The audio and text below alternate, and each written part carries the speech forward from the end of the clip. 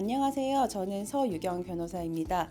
법률사무소 아티스를 운영하고 있는 변호사이자 변리사로 일을 하고 있고요. 웹툰 작가님들하고 함께 이제 상생하면서 일을 하고 있는 변호사입니다. 오늘 글로벌 웹툰 페스티벌을 통해서 이제 웹툰 작가님들을 위해서 어떻게 계약을 체결해야 하는지, 계약 구조는 어떻게 진행되는지 그런 것들에 대한 법률 가이드를 아주 간단하고 이제 쉽게 말씀드릴게요.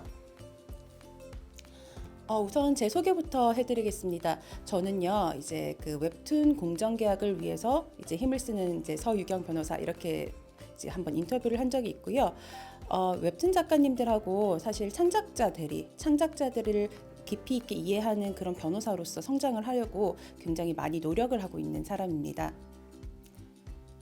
이것은요, 제가 한번 자랑을 하기 위해서 가지고 왔는데요.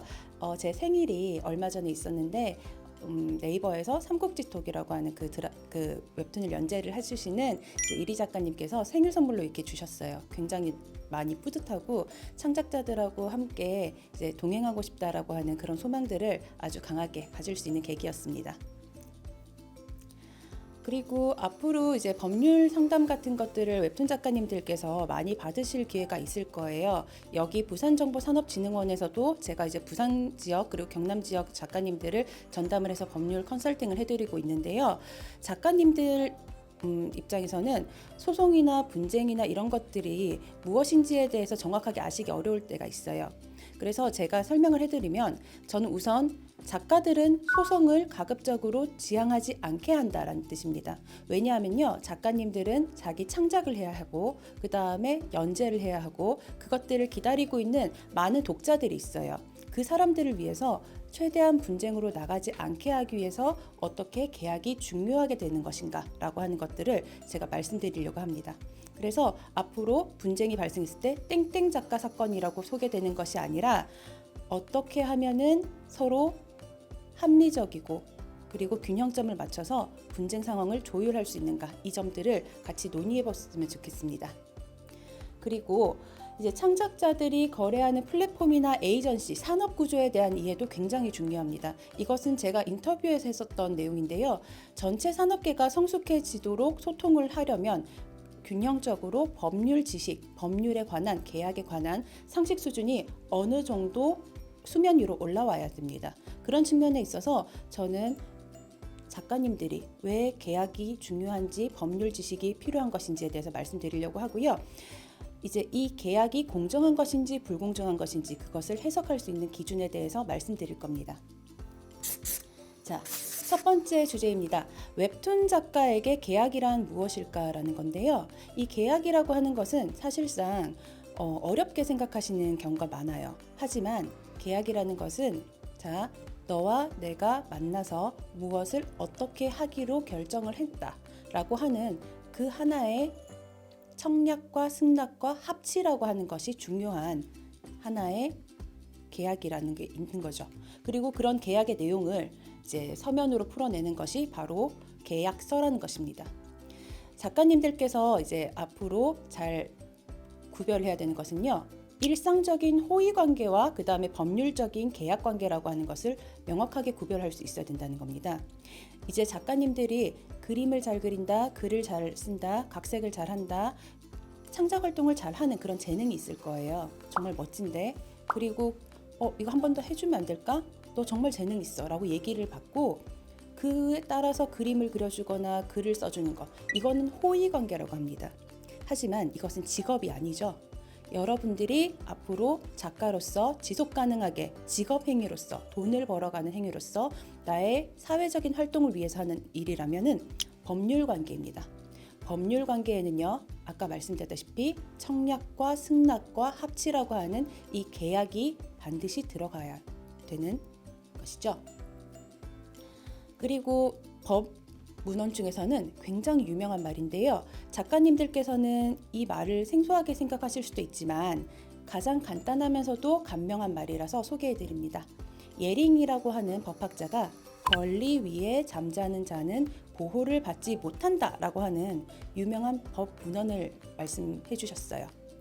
이제부터 작가님들께서는 내가 창작 활동을 하는데, 어떤 창작을 하는데 계약을 단순히 체결하게 되었다라고 해서 기뻐하시거나 혹은 내가 어느 플랫폼에서 일을 하게 되었다라고 하는 그 사실 자체만으로 감격에 겨워하거나 그렇게 하시면 안 돼요. 내가 계약의 당사자로서 나에게 어떤 권리가 있고 어떤 의무가 있다라는 것에 대해서 명확하게 파악을 하시고 내 권리라고 주장할 수 있는 부분이 있으면은 다른 작가들은 그렇게 안 하는데 업계가 원래 이렇게 진행된다고 하는데 내가 그런 것들을 얘기할 수 있어요? 라고 하는 그런 두려움을 가지기보다는 내 권리를 이 정도까진 주장할 수 있다 라고 하는 태도를 먼저 가져보시고 그 다음에 내가 1, 2, 3, 4, 5, 6, 7, 8, 9, 10, 10가지 조건이 있다면 협상이라는 과정을 통해서 5가지, 6가지 정도는 취할 수 있고 4가지, 5가지 정도는 양보할 수 있다라는 그런 태도를 한번 가지시는 게 좋아요. 자, 계약에 관해서 얘기하기 전에요. 대원칙을 한번 얘기해 보겠습니다. 이제 언론이나 신문 그런 것들을 통해서 계약의 공정성, 공정한 계약, 웹툰 계약의 불공정성이라고 하는 그런 이야기들을 굉장히 많이 들으실 거예요. 그런데 공정한 계약이 원칙일까 아니면은 자유로운 계약이 원칙일까라고 하는 거에 대해서 정말 법의 원칙에서부터 출발을 한번 해보자는 겁니다. 우리 법은요. 공정한 계약보다 사적 자체에 의한 자유로운 계약, 즉 계약 자유의 원칙을 먼저 언급을 하고 있습니다. 왜냐하면요. 계약은 당사자끼리 자유롭게 체결할 수 있는 것이 가장 큰 원칙이라는 거예요. 즉 이게 무슨 뜻이냐면은 계약은 내가 체결할 건지 말 것인지에 대해서 자유가 있고요. 그 다음에 내가 누구와 상대방을 어떻게 선정을 해서 계약을 체결할 건지 자유가 있다는 뜻이고요. 그 다음에 그 계약의 내용이라고 하는 것이 자유롭게 정할 수 있다는 뜻이에요. 즉 협상의 여지가 있다는 뜻이죠. 그 다음에 계약을 구두로 할 거야, 서면으로 할 거야, 아니면 뭐 이메일로 할 거야, 카카오톡으로 할 거야 이런 것들이 방식상으로도 다 열려 있다라는 것입니다. 이게 원칙이에요. 그리고 이런 계약들이 자유로운 것은 맞는데 그렇지만 현실이 그렇지 않잖아요. 현실이 그렇지 않아서 우리가 계약이라고 하는 것은 당사자끼리 대등한 지위에서 협상을 통해서 해결하는 것인데 협상력이 맞지 않다면 이런 경우에는 공정성이 예외적으로 개입될 수 있다라는 의미입니다. 그러면은 계약 자유가 원칙이냐, 계약 공정이 원칙이냐? 계약 자유가 원칙이고요. 계약에 대해서 공정성에 대해서 논의할 수 있는 것들은 이 공정성이 개입될 수 있는 상황이어야 한다라는 뜻입니다. 제가 이것을 왜 먼저 말씀드리냐면요. 작가님들께서는 계약이 불공정하니까 공정하게 만들어 주세요. 왜 불공정한 계약이 우리 사회에서 판을 치고 있는 겁니까? 라고 문제의식을 굉장히 많이 제기하십니다. 그것을 사후적으로 정부기관이나 변호사나 이런 법조인들이 개입을 해서 시정조치라든지 협상이라든지 소송을 통해서 해결할 수도 있지만 가장 첫 번째로 우선적으로 해결할 수 있는 것은요. 먼저 작가들이 당사자로서 나의 법적인 지위를 알고 자유롭게 그리고 내 권리가 뭔지 알고 법적인 개념을 좀 알고 그렇게 먼저 출발점부터 토대를 쌓아가보자 라는 그런 취지에서 이 원칙들을 말씀드렸습니다. 그리고 웹툰 산업이라고 하면은 작가님들께서 저작권에서부터만 출발하세요. 하지만 계약이라고 하는 것은 우리 일반 전체적인 사회를 규율하는 것이에요. 그래서 핵심은 계약법입니다. 핵심은 계약법이고요. 일반 민법상의 계약법. 계약법은요, 아까 말씀드렸죠. 계약 자유의 원칙, 사적 자치의 원칙, 자기 책임의 원칙. 이 세 가지를 원칙으로 합니다.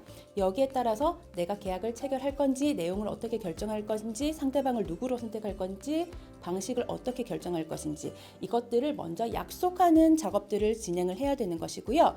이때 우리는 법문헌입니다. 계약은 지켜져야 한다라고 하는 이 원칙들을 먼저 가져간다. 그래서 이 계약은 지켜져야 되는 것이 맞는데 하지만 지켜지기 어려운 계약들도 있어요. 불공정하기 때문에 사회 구조가 어쩔 수 없어서 그 평등한 당사자들, 대등한 지위가 무너지게 됐을 때 그럴 경우에는 공정한 계약으로서 이것을 보완을 해준다라고 하는 이 계약을 먼저 보시는 것이고요. 그 다음에 봐야 될 것은 계약의 대상으로서 저작권입니다. 창작자들은요, 저작권법상 저작물을 저작하는 자, 창작하는 자, 인간의 사상과 감정을 창작적으로 표현하는 사람들입니다. 그래서 이 계약의 대상은요, 저작물, 즉 원고라고 하는 거는 글 작가님의 그 시놉시스나 뭐 시나리오 아니면 그 대본들 있죠. 그 회차별로 이렇게 되는 거, 그것들이 있고요. 그 다음에 그림 작가님들 같은 경우는 작화죠. 그런 것들을 저작권법상 창작자주의 원칙에 따라서 저작물을 창작한 사람에게, 작가에게 권리가 있기 때문에 그것을 이 사업화 계약의 대상물, 목적물로 한다라는 뜻이고요. 그것 말고도 이제 지식재산권이라고 하는 식으로 계약서에 나올 경우도 있을 거예요. 이것은 배경 지식으로만 한번 알아두시면 좋은데요. 일단 저작권법이 주로 이제 목적물이 되는 건 맞고요. 산업재산권과 저작권을 합쳐서 우리는 지식재산권이라고 합니다. 그런데 산업재산권이라고 하는 것은요, 그 특허 아니면 뭐 실용신안, 상표, 디자인 이런 식으로 특허청을 통해서 출원 등록을 받은 것들을 얘기를 하는 것입니다. 그래서 지금 요 웹툰 산업계에서는 산업재산권이라고 하는 것은 특허청에 출원을 해서 이제 등록을 받은 그런 권리들을 목적물로 하는 것이고요. 일반적으로는 저작권법에 따라서 진행하는 것이 맞다는 것입니다. 그리고 좀 주의해야 될 포인트가 있어요. 앞으로 계약서들을 보시면요, 제 몇 조 지식재산권이라고 규율을 해놓고 그 규율된 내용에 보면은 저작권만 규정이 되어 있는데도 불구하고, 즉 산업재산권, 뭐 상표나 디자인이나 특허나 이런 것들 얘기를 안 했음에도 불구하고 지식재산권 전부를 일체를 뭐 양도한다라는 식으로 그렇게 좀 이상하게 쓰여진 계약서들이 있을 수 있어요. 그런 것들은 계약서 검토 과정에서 면밀하게 체크해서 검토, 수정을 해가야 되는 것들이죠. 그 다음에 작가님들께서 앞으로 알아두시면 좋은 법이 있어요. 저작권법 말고 부정경쟁방지법이라고 하는 게 있습니다. 작가님들께서 그림을 그리는 어떤 화풍이라든지 어떤 이 작가의 스타일이 어떻다든지 이 작가가 어떤 시나리오를 만들었는데 그게 엄밀히 말하면 완전히 표절은 아닌 것 같고 저작권 침해는 아닌 것 같은데 그것이 그 작가의 성과가 마치 무임승차가 된 것처럼 도용을 당한 것 같다, 모용을 당한 것 같다라고 한다면요, 부정경쟁방지법에 성과 모용 행위, 아이디어 탈취 행위 이런 것들을 한번 이제 눈여겨 보시는 게 좋아요. 그 다음에 이 콘텐츠 사업화 관계에 있어서는요, 이것은 뭐 에이전시 매니지먼트 그리고 뭐 이제 사업화 주체들 그리고 플랫폼들 하고 관련된 법들입니다. 그래서 회사법도 있고요, 투자 관련한 법률도 있고, 공정거래법, 뭐 기타 법제들이 있습니다. 그리고 마지막으로 이제 이 계약이 위반이 되었다, 특히 저작권이 침해가 되었다라고 하는 경우에는요, 민사, 형사 그리고 분쟁 시 대체적 분쟁 해결 제도라고 하는 것들도 있습니다. 그래서 민사의 측면에서는요, 금지 청구, 손해배상 청구 이런 것들이 가능하기도 하고, 혹은 이제 가처분이라든지 이런 것들도 가능합니다. 그다음 형사처벌, 그다음 행정처분 이런 것들도 있고요. 이것들은 이제 향후 이제 하나하나 따져보면은 이제 개별적인 주제로 심화가 되어서 나아갈 수 있는 것들이에요. 다음입니다. 계약서는 왜 써야 하느냐? 너무 당연한 말이에요. 너무 당연한 말인데 계약서를 쓰지 않고 작품부터 출발하는 경우가 사실 비일비재합니다. 작가님들 중에서는요, 앞으로 예술인 복지법상 예술인으로서의 법적인 지위를 인정받으실 수도 있을 거예요. 만약에 그 예술인 복지법상 예술인으로서 지위를 인정받을 수 있다면은 계약서 없이 진행된 계약이라고 하는 것은 서명 계약서가 없는 계약으로서 예술인 복지법 위반입니다. 이것을 한번 면밀하게 알아두세요. 그 다음에 어쨌든 계약서를 왜 써야 되는가 얘기를 했을 때 제가 상담을 할 때 굉장히 조금 이건 좀 마음이 아프다, 아니면 이건 아닌데 라고 생각했던 것들이 있어요. 가령 작가님하고 그 웹툰 뭐 회사들, 플랫폼 이런 곳들과 실무자들과 얘기할 때 어떤 이야기가 나오면은 계약서 쓰고 해야 되는 거죠. 계약서 왜 안 썼나요? 이 계약서가 최선인가요? 라고 얘기를 하게 되면요, 왜 작가님만 그러세요? 우리 못 믿으세요? 아니면 당장 분쟁이 없는데, 당장 심각한 게 없는데 왜 자꾸 문제를 만들려고 하세요? 그리고 지금 저희가 할 일이 얼마나 많은데요. 계약서 나중에 드릴게요. 이런 말을 가끔 들어요. 하지만 계약서라는 건요, 초기에 간단한 계약서라도 있어야 됩니다. 초기에는요, 만약에 이 내용이 어떤 작품을 어떻게 할 것인지에 대해서 명확하게 다 구별이 안 된 경우라면요, 사전 계약서라고 해서 한 장, 두 장짜리 정도를 만들어서 한 6개월 정도의 기간을 가지고, 몇 개월 정도 기간을 가지고 그 사전 계약서를 통해서라도 얼마든지 할 수 있어요. 즉, 본 계약이 성립하기 전까지 사전 계약을 가지고 우리 관계를 정하겠다라고 하는 것들을 할 수가 있고요. 이 계약서라고 하는 것은 내가 당신과 함께 일을 하기 위해서, 싸우기 위해서 만드는 것이 아니라 나와 당신 간의 신뢰관계가 얼마나 서로 믿고 있는지, 서로가 이해하고 있는 것이 얼마나 합치하는지, 이런 것들을 신뢰를 확인하는 과정입니다. 신뢰를 확인했고 그 확인된 신뢰를 문서로 남기는 거예요.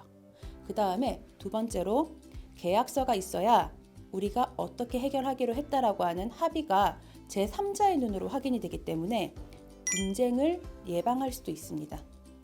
즉, 말로 싸우거나 아니면 감정으로 싸우거나 이렇게 하는 것이 아니라 우리 어떻게 하기로 했잖아요 라고 얘기를 할 수가 있는 거고, 제3자가 그 분쟁의 해결을 도와줄 수도 있는 거예요. 그 다음에 이 분쟁의 예방과 관련해서 이런 것도 있어요. 계약서에 없는 상황이 발생할 수도 있어요.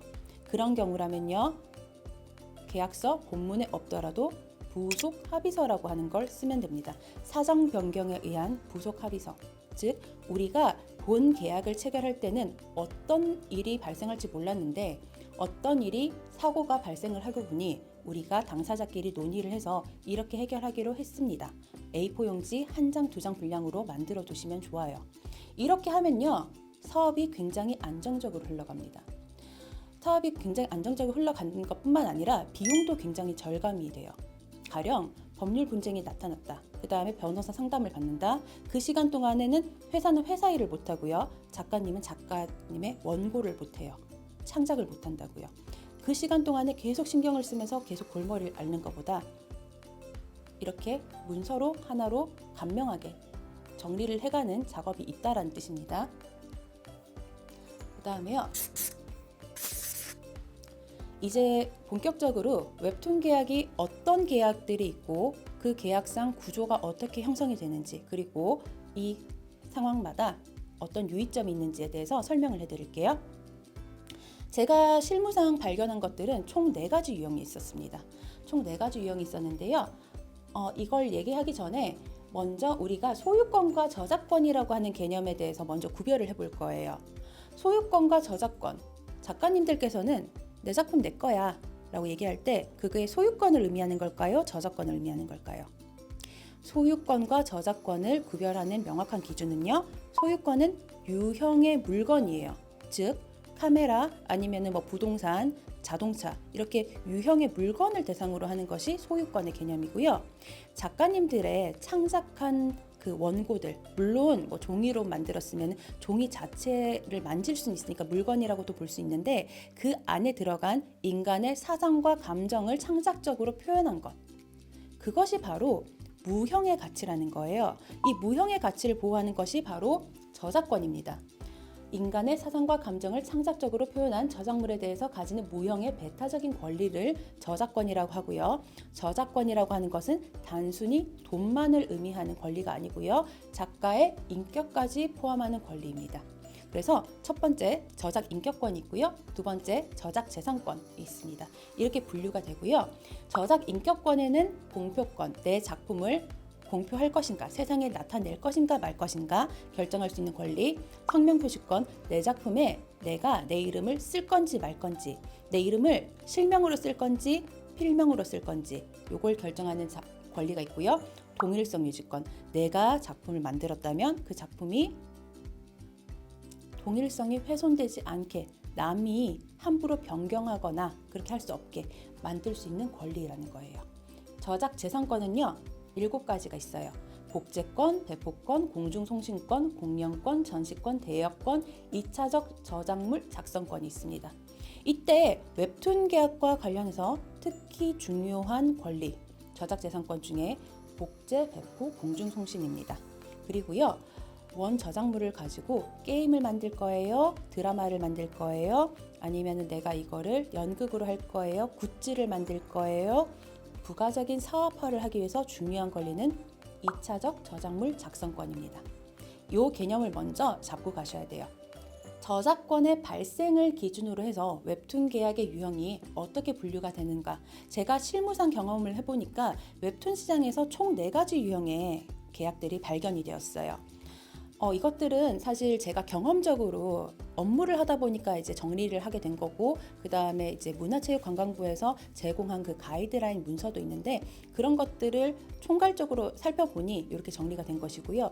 더 나올 수는 있을 것 같아요. 하지만 크게는 이 4가지 범주에서 움직일 것 같다라는 거고요. 첫 번째, 오리지널 콘텐츠 계약입니다. 창작자가 만든 오리지널 콘텐츠를 가지고 연재 계약을 하는 거예요. 두 번째, 기획 콘텐츠 계약입니다. 요즘 뭐 노블 코믹스라든지 아니면 웹소설을 기반으로 해서 웹툰이 만들어진다든지 이런 것들이 있어요. 이게 바로 기획 콘텐츠 계약이라고 합니다. 세 번째로 공동 저작권 설정 계약입니다. 이게 오리지널 콘텐츠하고 뭐가 다르냐면요. 오리지널 콘텐츠는 작가가 스스로 오리지널로 만든다는 뜻이에요. 이때 그림 작가와 글 작가의 협업을 통해서 팀으로 오리지널 콘텐츠를 만들 경우에는 이 경우에 해당하고요. 공동 저작권 설정 계약을 한다는 것은 무슨 뜻이냐면요. 글 작가, 그림 작가 이런 사람들 말고 플랫폼이나 에이전시가 저작권을 같이 가져가는 공동 저작권을 설정하는 계약을 체결하는 경우를 얘기합니다. 그 다음에 요새 많이 나오고 있죠. 특히 스튜디오, 제작사, 프로덕션 이런 회사들이 만들어지면서 회사가 웹툰을 만드는 경우가 있어요.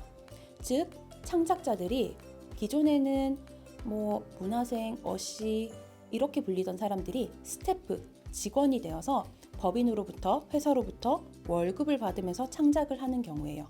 이런 경우는요, 대체로 회사들이 무슨 유니버스, 무슨 세계관을 가진 그런 컨텐츠 회사로 성장을 하겠다라고 하는 그런 비전을 가지고 있죠.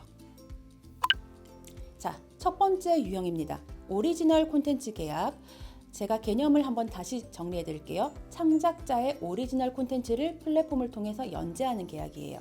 이 계약이 우리 웹툰 초창기 시절 2000년대 초중반부터 시작해서 2010년 이전까지 나왔던 그런 것들인데요. 계약인데요. 이것은 창작자, 여기서는 글작가, 그림작가 팀도 얘기합니다. 이 콘텐츠를 플랫폼을 통해서 연재한다. 즉, 직접 계약을 하는 경우입니다. 직접 계약을 해서 플랫폼한테 연재 권한을 주는 거예요. 그런데 최근에 바뀌었어요. 어떻게?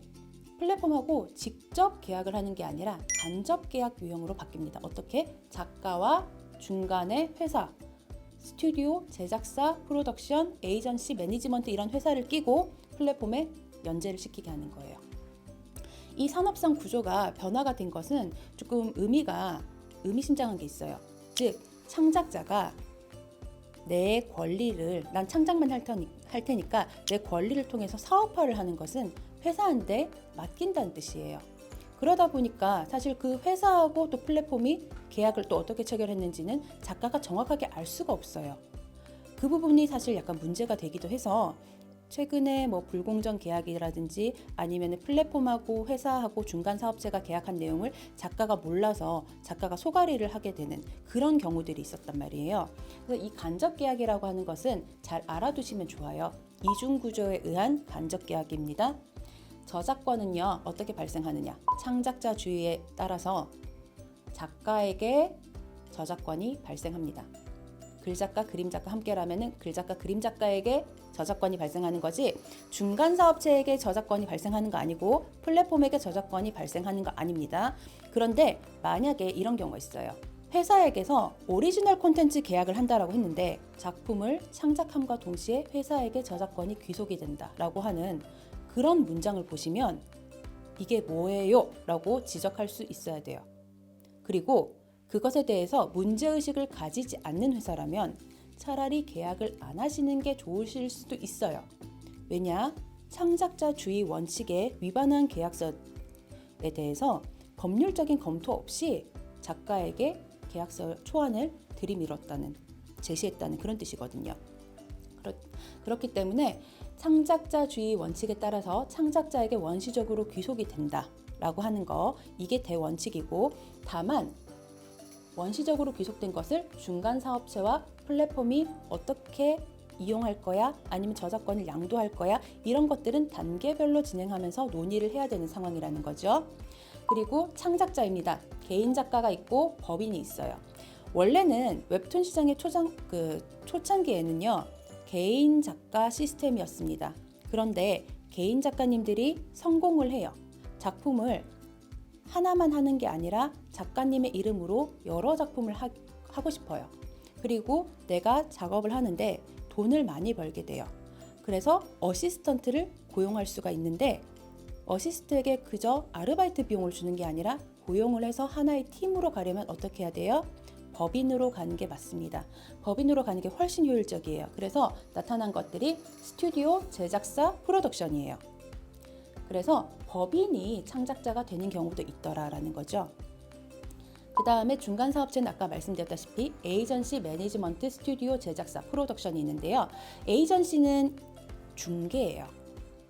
즉 권리를 가져가는 게 아니라 중개를 해주는 거예요. 매니지먼트는 작품을 관리를 해주는 거예요. 작가의 일정을 조율해주는 거예요.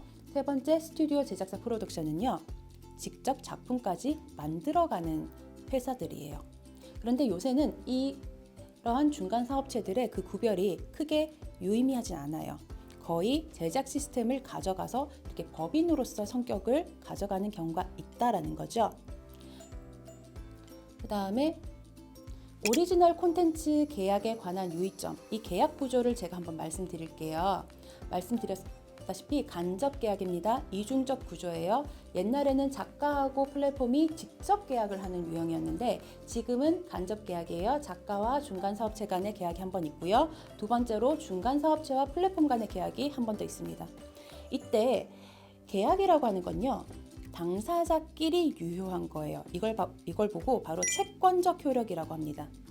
이때 작가님들이 굉장히 답답해하는 건요, 중간 사업체와 플랫폼이 어떻게 계약했는지 모른다는 거예요. 그런데 이 계약들에는요, 비밀유지 조항이 있어요. 비밀유지 조항. 그래서 중간 사업체하고 플랫폼하고 계약을 해서 연재를 해서 수익이 발생을 했는데 그 총 매출이 얼마인지, 아니면 플랫폼이 얼마만큼의 수수료를 가져가는지, 그 내용들이 비밀유지 조항에 의해서 보호될 가능성이 굉장히 높아요. 그럼 작가는 정산을 받아야 되는 주체인데 그걸 내가 어떻게 알 수가 있겠냐라고 하는 것들을 가지고 변호사를 찾아와서 상담하는 경우가 굉장히 많습니다. 이때 핵심 키워드 4가지로 정리를 해볼게요. 저작권의 귀속은요, 창작자주의 대원칙에 의해서 인격권이든 재산권이든 창작자에게 귀속이 되는 게 맞습니다. 두 번째, 이용 허락 양도라고 하는 건데요. 저작권이 창작자에게 발생한 건 맞지만 그 저작권을 이용을 해서 경제적인 활동, 그러니까 앞으로 어떻게 사업화를 할 거야 라고 하는 걸 위해서 이 중간 사업체한테 맡겨달라고 하는 경우가 있어요.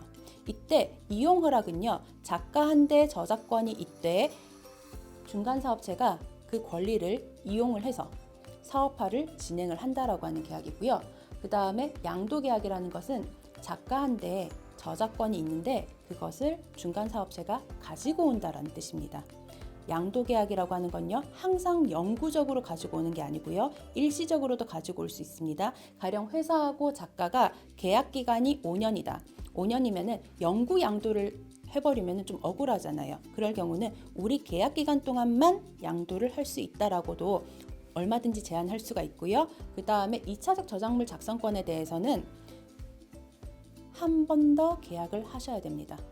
저작재산권을 한 번에 다 양도시키는데 2차적 저작물 작성권까지 다 포함을 시켜서 계약을 하는 게 아니라 2차적 저작물 작성권은 앞으로 무궁무진한 사업화를 할 수 있는 가능성이 잠재가 된 것이기 때문에 한 번 더 신중하게 생각을 해보고 양도를 하게 하라고 별도의 특약 계약을 체결하라고 되어 있습니다. 2차 사업화 협상입니다. 이것은요, 작가에게 창작을 하라고, 창작에 집중하라고 이렇게 체결된 이런 간접 계약이 있는 거잖아요. 그러면은 중간 사업체가 사실 작가하고 상의 없이 계약을 해버리거나 아니면은 자기들이 추진했던 그 계약이 작가의 뜻에 부합하지 않을 경우가 있어요. 이런 경우라면요, 작가님들은 초기 계약 단계에서부터, 즉 중간 사업체하고 계약을 하는 단계에서부터 이제부터 내 작품을 가지고 2차적 저작물 관련해서 2차 사업화를 진행할 때 어떤 조건으로 할 것인지에 대해서 미리 알려주세요. 서면으로 알려주세요. 그리고 내가 동의하는 것들에 대해서 사업화를 진행을 해주세요 라고 얘기할 수도 있어요. 이런 것들은 계약 초기 단계에서 바로 잡고 가셔야 되는 거고요. 그 다음에 말씀드렸다시피 투명한 정산. 이렇게 계약 구조가 이중적이다 보니까 각각의 계약은 비밀로 유지가 될 수밖에 없고, 그래서 비밀 유지 조항이 있는데 여기에 대해서는 투명한 정산을 위해서 정보 제공을 해달라라고 하는 그런 권리를 삽입할 수 있습니다.